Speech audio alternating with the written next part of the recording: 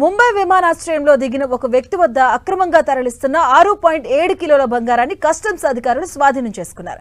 Bangkok నుంచి వచ్చిన నిందితుడితో పాటు మరొకరిని అధికారులు అదుపులోకి తీసుకున్నారు. బ్యాంకాక్ నుంచి ముంబై వచ్చిన విమానంలో ఒక వ్యక్తి అనుమానాస్పదంగా ఉండడంతో అతడిని క్షుణ్ణంగా తనిఖీ చేశారు. ఈ క్రమంలో అతడి షూలో బంగారు కడ్డీలు గుర్తించారు. వీటి విలువ 6.3 కోట్లు ఉంటుందని అధికారులు చెబుతున్నారు. ఆ బంగారాన్ని కొనుగోలు చేయాలి అనుకున్న వ్యక్తి గురించి వెల్లడించారు.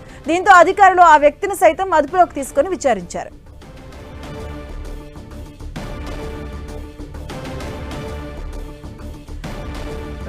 బ్రేకింగ్ న్యూస్ చూస్తున్నా. ముంబై విమానాశ్రయంలో ఒక వ్యక్తి వద్ద దగ్గర అక్రమంగా తరలిస్తున్నటువంటి బంగారాన్ని కస్టమ్స్ అధికారులు స్వాధీనం చేసుకున్నారు. 6.7 కిలోల బంగారాన్ని కస్టమ్స్ అధికారులు స్వాధీనం చేసుకున్నట్టుగా తెలుస్తోంది.